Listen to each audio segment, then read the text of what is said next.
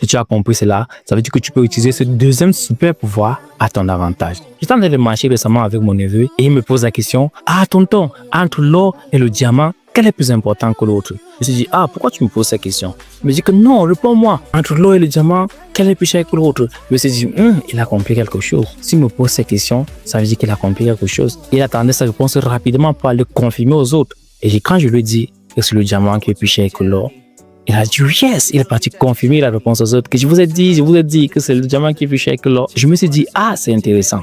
Vous savez, on a ces réflexes-là, qu'on se dit souvent que l'or est plus important que le diamant parce qu'on entend l'or est un peu important et normalement l'or a une grande valeur. Mais à cause de la disponibilité presque facile de l'or, elle perd de sa valeur face au diamant. Un diamant est difficile à entrer en contact avec cela et c'est pour ça que sa valeur se trouve très haut face à l'or. Si tu as compris cela, ça veut dire que tu peux utiliser ce deuxième super pouvoir à ton avantage. C'est que ce qui est trop disponible perd des valeurs. Ce qui est trop disponible n'a plus de valeur.